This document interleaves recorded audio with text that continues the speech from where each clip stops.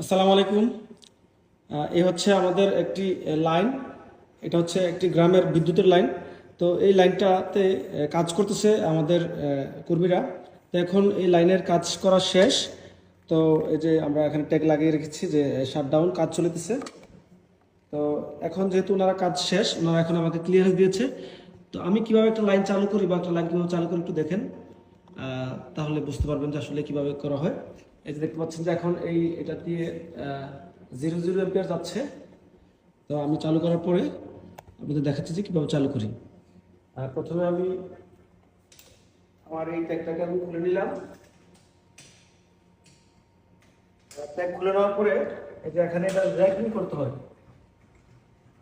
এই যে দেখতে পাচ্ছেন ঘোরাচ্ছি, ঘোরালে ভিতরে যে ব্রেকারটা আছে, এই ব্রেকারটায় ভিতরে ঢুকতেছে, হচ্ছে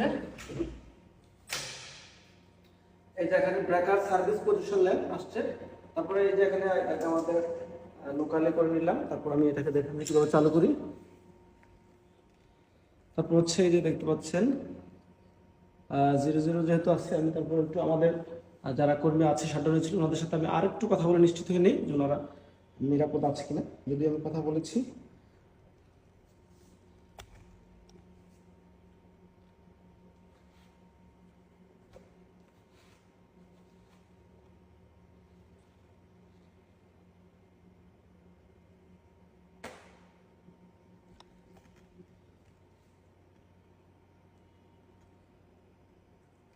যে এই লাইনটা চালু আছে, এটাতে এম্পিয়ার যাচ্ছে প্রতি ফেজে 11 এম্পিয়ার, 10 এম্পিয়ার, 11।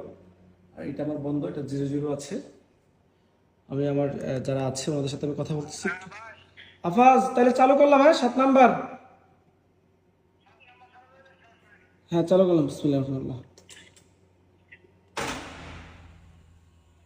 চালু হয়েছে আফাজ? আচ্ছা, ঠিক আছে।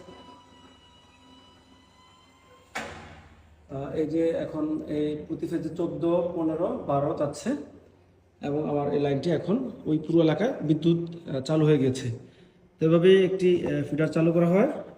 তো অনেকেই প্রশ্ন করেন যে আসলে ভাই এই যে এটা যে ঘোরালেন, এটা ঘোরালেন মূলত কী জন্য বা এটা কি? এটা বোঝাতে হলে একটু দেখেন যে এটা আমার একটা বন্ধ লাইন। এটা খুলে দেখাচ্ছি যে আসলে মূলত এটা কি করলাম।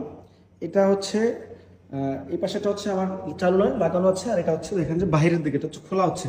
মূলত ভিতরে আমার এটা হচ্ছে ভিতরে যে একটা হচ্ছে নিচের পাশটা হচ্ছে ধরেন যে সোর্স বা উপরে একটা সোর্স, নিচেটা লোড, এরকম একটা